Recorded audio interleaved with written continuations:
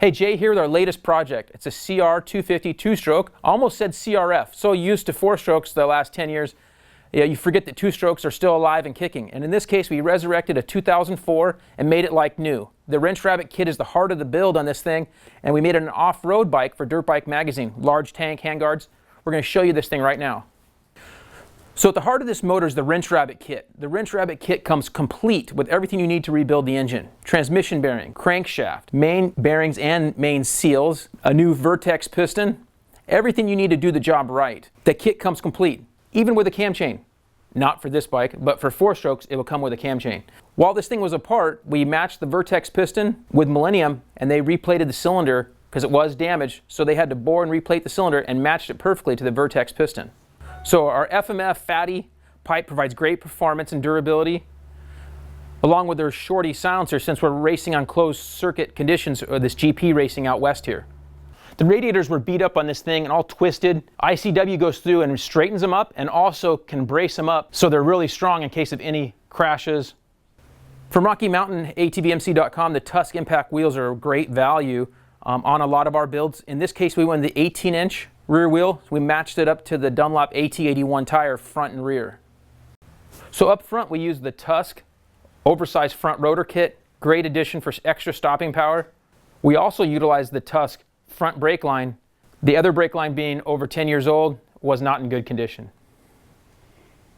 The Cycra rebound handguards are a great addition for an off-road bike that you don't want to run wraparounds on. In a fall they bend back, really nice pieces. Will help in protection from roost. Also a little bit of cold weather protection in those cases, so great addition for an off-road bike. For the front number plate, we updated this, had to do a little customizing with a custom bracket, and we have our Works Connection meter here. We ran the Cycra front number plate off of a 2015 model, and the 2009 through 13 front fender we were able to make work with some extra holes. A little bit of customizing if you're into that. Not too tough a project.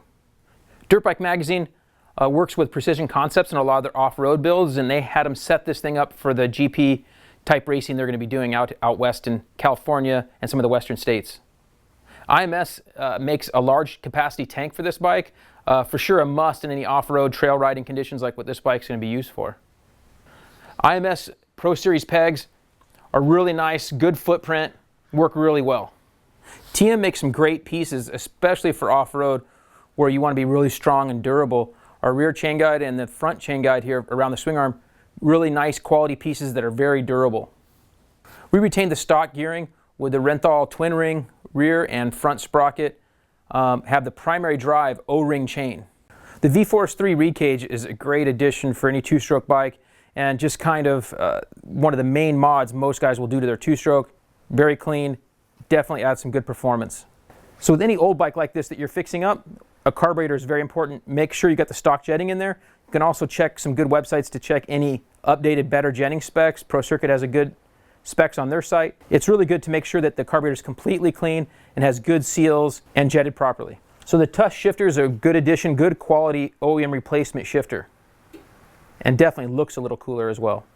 So in this case right here, a little customizing, we remove that cover that goes here because you get a little better view and can wash your bike a lot better. And you just have to run different length bolts and run these guides for your hoses. Okay, so for some of these older bikes, current good plastic skid plates aren't available. In this case, we found out that a KX F250 skid plate was pretty close, and we were able to modify it and make it work. With the Cycro in here, just had to do a little bit of cutting, a little bit of modifying, we made it work. So we have some good protection for this bike off-road. Hey, so as you can see, that's a lot of really cool and in some cases expensive parts. But at the heart of this thing is the Wrench Rabbit kit, which isn't too expensive for everything you get to rebuild your old bike. And some of this you can do in pieces as you're going about your fixing up of your old bike. PivotWorks kits, we did use steering stem bearings, linkage bearings, and shock bearings. Those are the main ones that were out. We did re-grease the swing arm bearings when we had the engine out. So those are good things to do, and re-grease everything up, pack them correctly. So that's really all there is to it. We're going to go see what Dirt Bike Magazine thinks of this thing and look for it in an upcoming issue of Dirt Bike Magazine.